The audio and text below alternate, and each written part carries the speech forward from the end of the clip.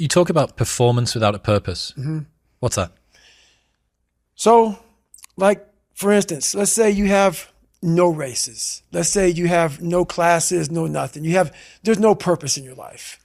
You know, people need to have purpose to get up. They need purpose to perform.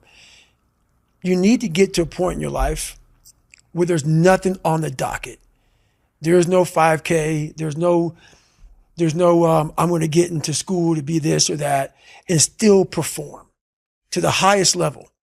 Because what people don't get is one day that thing's going to come up. And if you're not constantly performing without purpose, you're not going to be ready when the time comes. It's this magical thing, purpose, that we're all looking for. But what's funny about it all is that we need these things to perform. But we don't take a second to realize the purpose is always there. The purpose never leaves us because the very purpose is you. You are always the purpose. There may be another purpose, like being a SEAL or going to college or whatever, but the main purpose in life is you.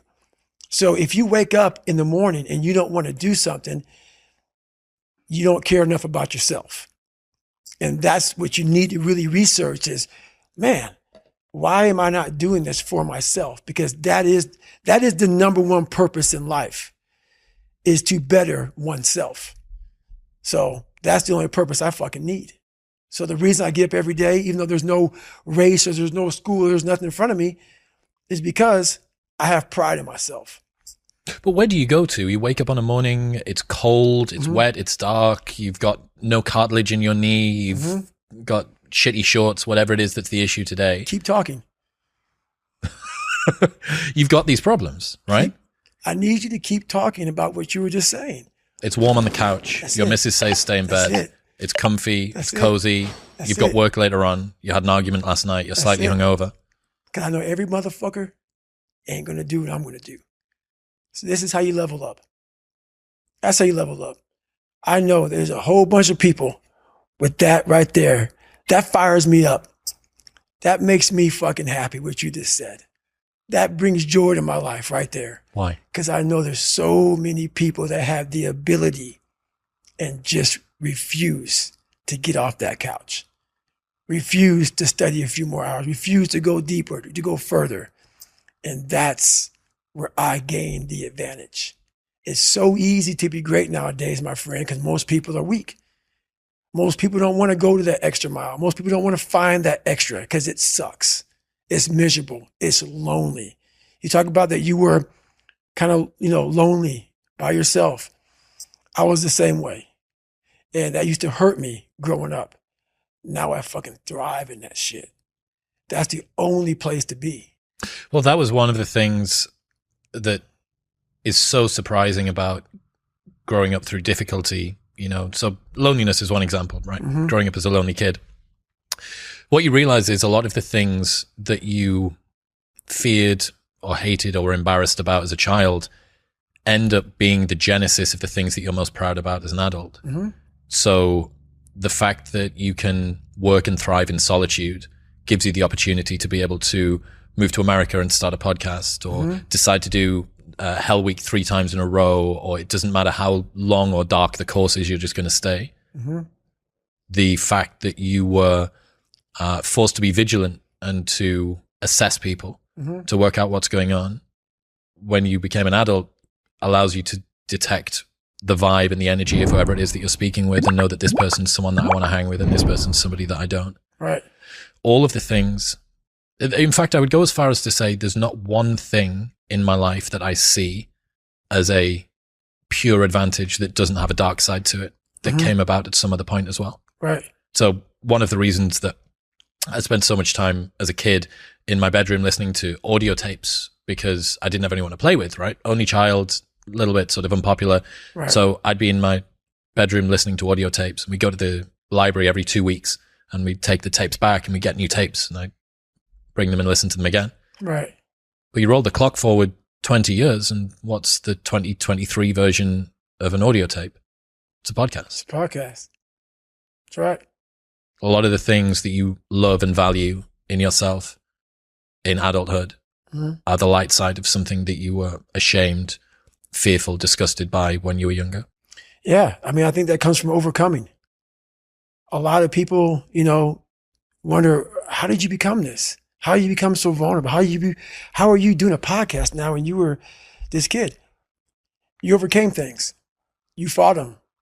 And now this is what happens. This is on the other side of overcoming. You become very, very powerful when you overcome yourself. All those things you once cowered from, you were afraid of, when you face them eye to eye every day, you now become a person who has a great podcast. Let's say that there's someone listening who resonates with what you're talking about. You know, they've been through trauma, they've been through hard times, but they keep breaking promises to themselves and they're struggling to get off the couch and they're having a pity party. How can they stop feeling sorry for themselves?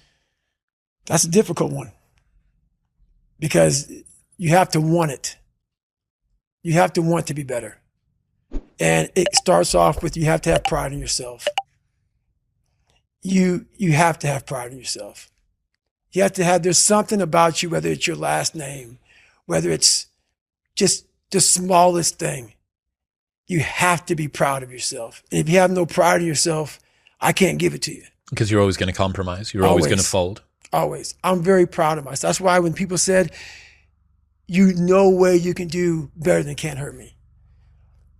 Roger that. We'll fucking see. It's that pride that wakes you up. Now I'm not talking about bad pride. The attention to detail for the human being I want to do. I call this thing, like, I want to be the standard. I want to be that guy. Like, every place I went in the military, there was this ethos about how this place is, how we're going to live, how we're going to represent ourselves. And I walked around and I saw that most people didn't live up to that ethos. Like, if you go to whatever company, they had this mission statement on how we want to run our company. I made one for myself on how I want to be. And that is why, if people can make up a mission statement, an ethos in which they want to live by, and every morning you wake up, you hold yourself accountable to that mission, not a company's, your own. Make up your own mission statement. What do you want to be in life? And once you do that, now you can work with somebody to get better. You can work with yourself to get better. But until you know what you want to stand for, you will always just be sitting down. You'll never stand for anything. What's that quote? If you don't stand for something, you'll fall for everything. That's it. It's a true statement. In the book, you talk about Roger that, there being two types of Roger that. I absolutely adore the second type. Received, orders given, expect results. That's it. So cool. Above and beyond, more than was expected. That's right. To the letter. That's Roger that. That is, for me, what Roger that means. Received, orders given. Yep. Expect results. Expect results. That's right. So fucking dope. That is it. That is it. And when you hear that from somebody who gets it, you know it because you can look in their eyes. You feel that energy, man. It connects immediately. They're out here to get a job done. Roger that.